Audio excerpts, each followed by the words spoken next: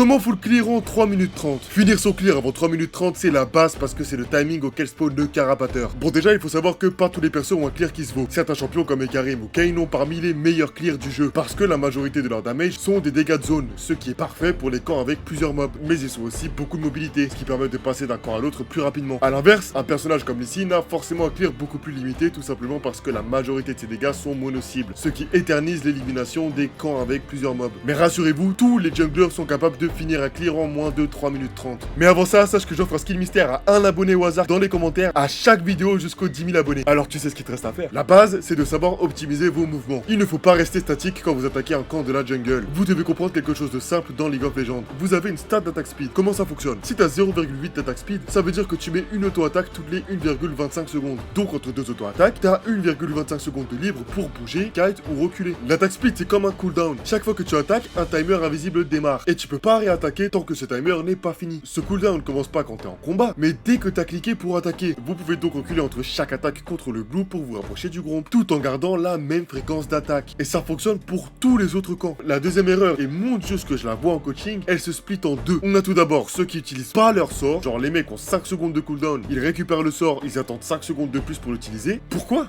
Et on a ceux qui utilisent tout le temps leur sort, dès qu'ils les récupèrent. Le problème de ça, c'est que la plupart du temps, vous les utilisez en plein milieu d'une animation d'auto-attaque. Sauf que tant que l'animation de votre auto-attaque n'est pas finie, elle n'infligera pas de dégâts. Vous voyez, là j'ai Diego. Je mets une auto-attaque, mais je l'ai annulée pour mettre mon Z. Alors que si j'avais attendu une microseconde de plus, je mettais l'auto-attaque plus le sort. Vous devez toujours finir une auto-attaque déjà lancée avant d'utiliser un sort. Même si ça peut paraître paradoxal, parce qu'on se dit que plus tôt on utilise un sort, plus tôt on le récupère. Vous oubliez, c'est une erreur. Ensuite, la base, c'est de connaître votre personnage.